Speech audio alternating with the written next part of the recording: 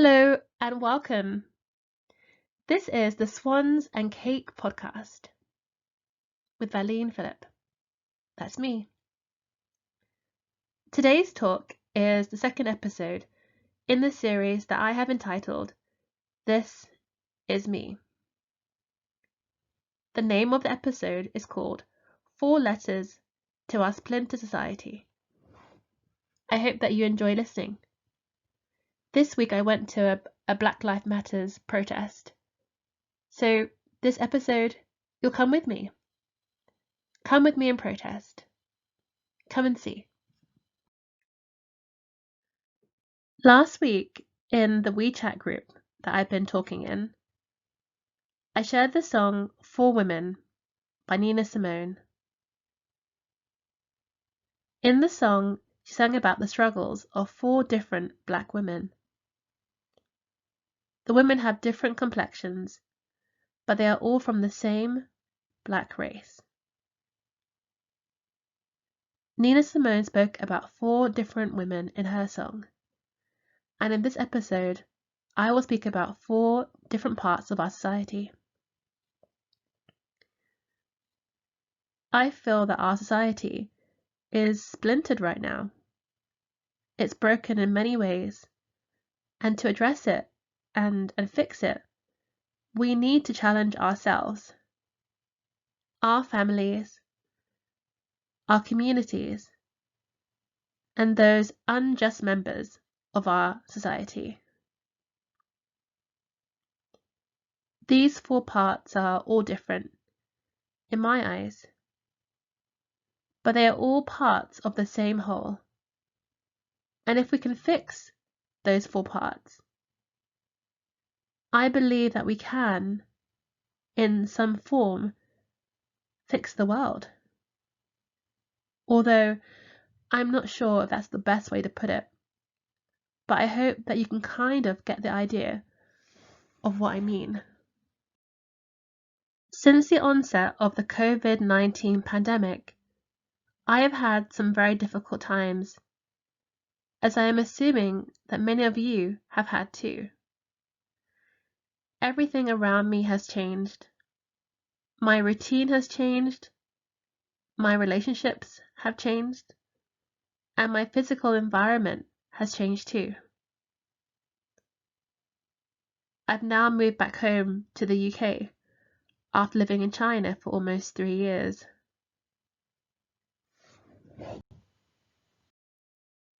Apart from what's going on the outside, I've also changed on the inside.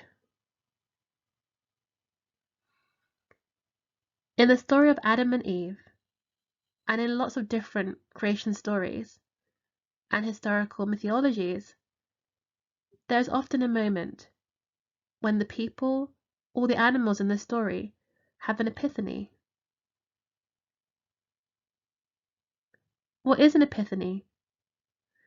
The Oxford Online Learner's Dictionary says this: epiphany, a sudden and surprising moment of understanding. I'll just say that again. Epiphany, a sudden and surprising moment of understanding. When people have an epiphany, their outlook on life and their viewpoint changes. Before their epiphany, they could see the world as being a mostly wholesome and safe and a welcoming place. But after their epiphany, they can see situations more clearly, more objectively. This week I've had many difficult conversations with a range of people about a range of different topics. But the concluding thoughts of all these discussions have mostly focused on me. They have focused on my new identity. I've been told by many people that I've changed, and they have said that I have a new and very different identity. Someone close to me said recently, "I don't like this new Valine. You've got too many big ideas. Yeah, I want the old Valine back." I have struggled this week, not entirely with other people's opinions, but I have struggled with myself. It reminds me of the story of Dr. Jekyll and Mr. Hyde. In the story, the main character has two conflicting personas. One is mostly good, and the other one is mostly bad. I have two conflicting personas now, but not a good and bad persona. Instead, I have an internal struggle between the old me and the new me.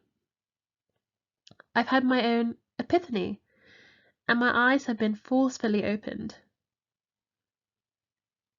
I begin to see clearly some of the pain that people in the past have struggled with internationally. But I'm also beginning to see the pain that people have now, internally, in their families, and in their communities, and also in our general society. I feel as though I've been given a brand new pair of glasses, and now I can finally see clearly. But now that I can see clearly, I cannot readjust to having a blurred vision of the world. I will not, and I cannot forget what I've seen, because it changed me. I can no longer fit into my old mold. I've changed, and I've grown. I hope that my 4 letters to our splintered society will give you all food for thought and inspire you to take action, to do what you can do to make the world a better place. Remember, one size definitely does not fit all. So just do what's right for you. You just do you.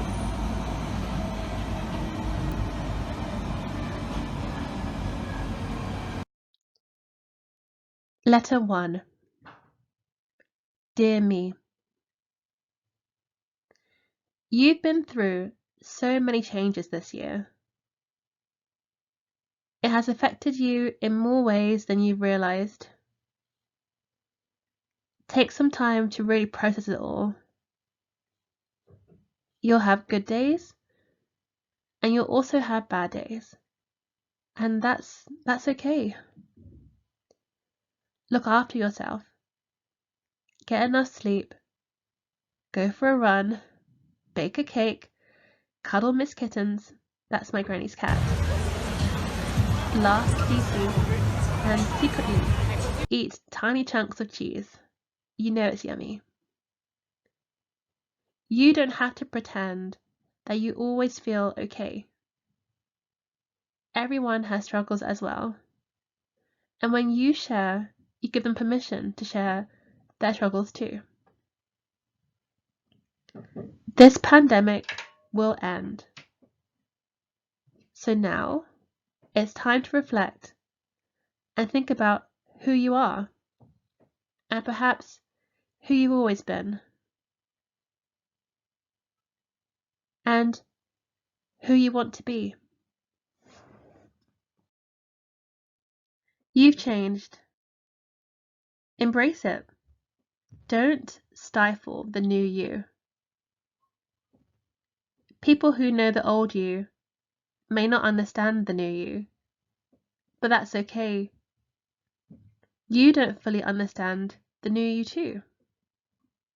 Just take my simple advice. Don't look back. Change shows that you're growing, and like a flower, you are blooming. Let the world see you, and let the world celebrate you. When a butterfly cracks out of its cocoon, it needs time. It needs time to get used to the sunlight, and it needs time to let its wings dry before it can fly. You need time too. Time to be secure in the new you, and then, like the butterfly, you will fly. Keep loving yourself, your mum, your family, and the world. Because that's the core of you, and that's what brings you joy. Lots of love from your future self. P.S. Drink more water. It will make your skin glow, and it will stop the girl gang from nagging you about it. Letter 2. Dear my family, thank you for raising me. I am who I am because of you all. I am resilient because you never allowed me to give up on myself. I am determined as you taught me the value of working hard. I am loving and kind because you showed me the value of truly caring for others. Mum, you've looked after me when I've been sick. You've rubbed my back when I've cried. You've jumped for joy when I've had my successes. You taught me how to be a strong Black woman. And you've taught me that being strong doesn't mean being hard. Being strong means being real and taking the risk to love others. Although love can be painful at times.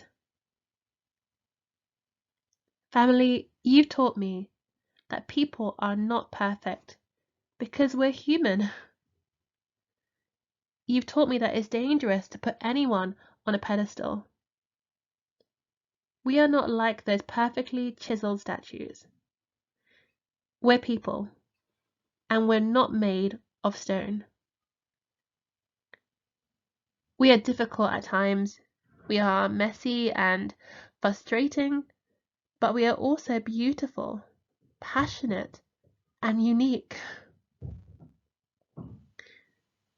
You've taught me that I'm enough just as I am. You've taught me that I will, and I have, and I will continue to do well. You've taught me to not apologize and to not be ashamed of who I am. My life will shine a little brighter because of you all. Lots of love from your Valine. Letter 3. Dear communities of the world, can I tell you a story? I am a traveller. I've travelled far and wide.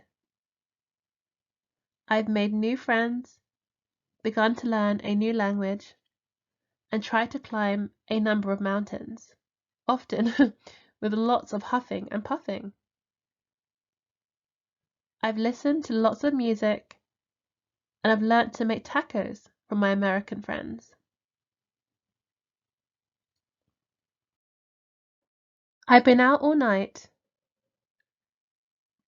danced till my feet hurt, and then eaten noodles by the roadside. I've worked in different cities and in different countries, and I've taught so many wonderful children. I have failed, but I've also been a success. Simply put, I am who I am. I ask you, communities of the world, is everyone welcome to join as they are? Do you have a space and a place for me? Lots of love from Valine, the Traveller. Letter 4. To the unjust members of our society. There are footsteps pounding in the streets, and signs are held up high. There are faces ablaze with anger. All their voices are unified. They are crying out for the same thing. They say, "We want justice now. We want answers now. We want answers today." It's no longer okay, and it's never been okay, to ignore the true value of the oppressed. They are beautiful, and they have an innate value that is beyond your measure. Think carefully about the answers to the following questions. All of you unjust members of our society. Who made your roads? Who made your hospitals? Who planted your seeds? Who taught your children how to read?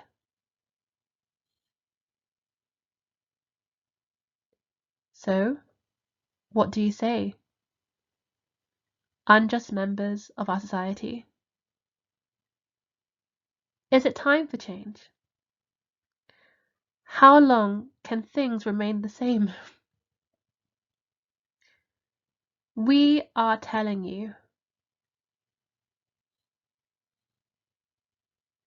it's time for change.